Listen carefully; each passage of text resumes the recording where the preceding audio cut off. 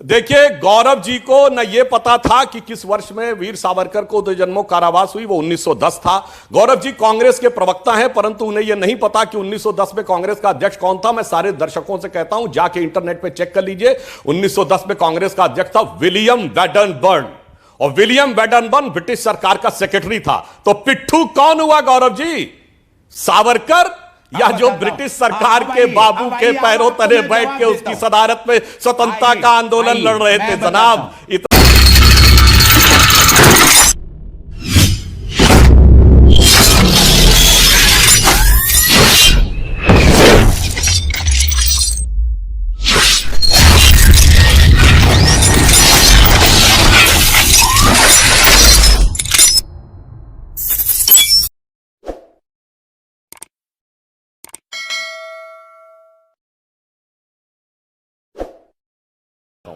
देखिए, गौरव जी को न ये पता था कि किस वर्ष में वीर सावरकर को 2 जन्मों कारावास हुई, वो 1910 था।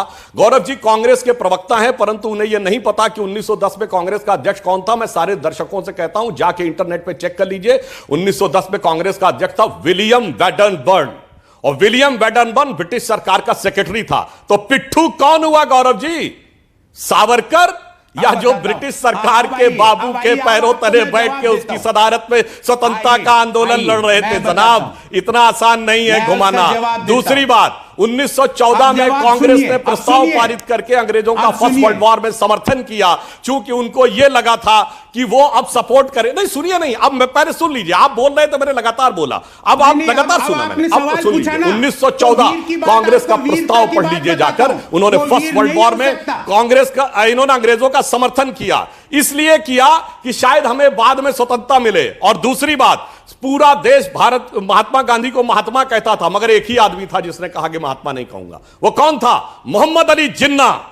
और मोहम्मद अली जिन्ना ने हमेशा उनको मिस्टर कहा, और कहा कि मैं महात्मा इसलिए नहीं बोलूंगा क्योंकि महात्मा हिंदू उपाधि है। इसीलिए मानक जी जितनी फिल्में होंगी आपने उसमें देखा होगा कि हमेशा जिन्ना मिस्टर गांधी बोलता, क्योंकि हम लोगों ने कभी जिन्ना को बोलते तो सुना नहीं था, महात्मा नहीं बोला। मगर उसके बाद भी जिन्ना के साथ बातचीत चलती रही। और जिन्ना 1946 की कॉन्स्टिट्यूएंट असेंबली में कहां से चुन के आया गौरव जी? ना ढाका से, न चटगांव से, न लाहौर से, न कराची से, न पेशावर से, न रावलपिंडी से, मुंबई से। मुंबई से, आपके रहमो करम से।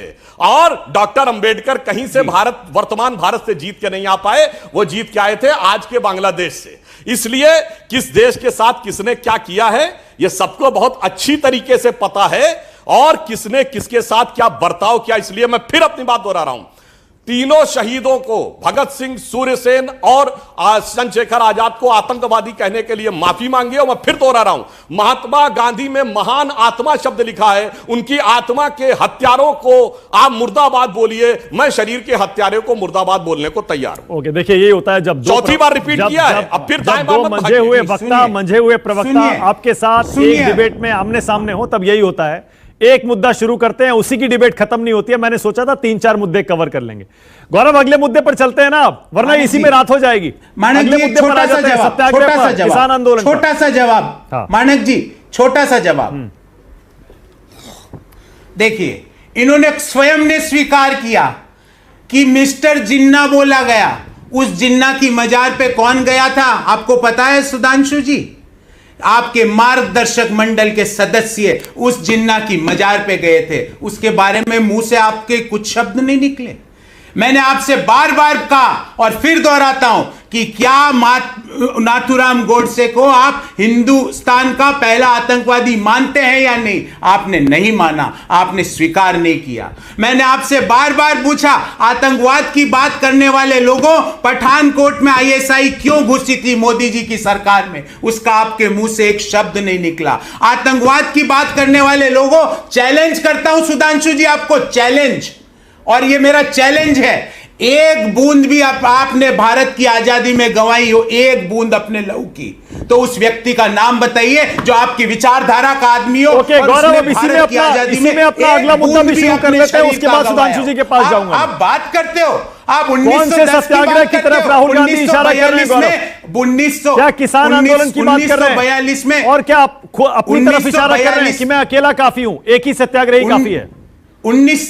1942 में भारत छोड़ो आंदोलन चल रहा था, तब ये तथाकथित वीर अंग्रेजों की गोदी में बैठे थे, अंग्रेजों की खुफिया गुप्तचर सूचनाएं देते थे। ये तथाकथित वो लोग हैं। अब आपने पूछा सत्याग्रह की बात, बताता हूं, उसकी भी बात बताता हूं। आज महात्मा गांधी जी के साथ लाल बहादुर शास्त्री जी की भी जन्म जयंती है। क्या नारा था? जय जवान जय किसान।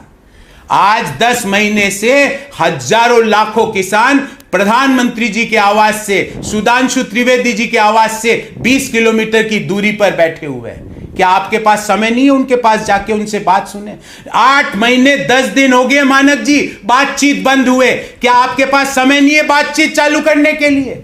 700 से ज्यादा लोग किसानों ने अपनी जान दे दी। क्या आपके पास समय नहीं है बातचीत करने के लिए? एमएसपी मांग रहे हैं वो अपने फसलों की न्यूनतम। एमएसपी का मतलब होता है मिनिमम सपोर्ट प्राइस, न्यूनतम समर्थन मूल्य। एमएसपी का मतलब मोदी सपोर्ट प्राइस नहीं है। मैं समझा नहीं, अभी भी वो एक ही सत्याग्रह ही काफी है। वो महात्मा गांधी को श्रद्धांजलि दे रहे थे, मैं समझा, लेकिन क्या वो इशारा अपनी तरफ कर रहे थे क्या कि मैं अकेला काफी हूं, एक ही सत्याग्रही काफी है? और किसान आंदोलन के संदर्भ में वो क्या कहना चाह रहे हैं? महात्मा गांधी का जो सत्याग्रह था, अकेले लाठी और एक, जिसको ये कई बार इनके जो भूतपूर्व अध्यक्ष महात्मा जी गांधी के लिए शब्दों का प्रयोग किया, ये तो चतुर बनिया था। ये इनके अमित शाह साहब के शब्द हैं। किसी ने माफी नहीं मांगी उसके लिए। प्रज्ञा, जो साध्वी प्रज्ञा जी क्या क्या बोलती है महात्मा गांधी जी के लिए, वो मैं आपके टेलीविजन पे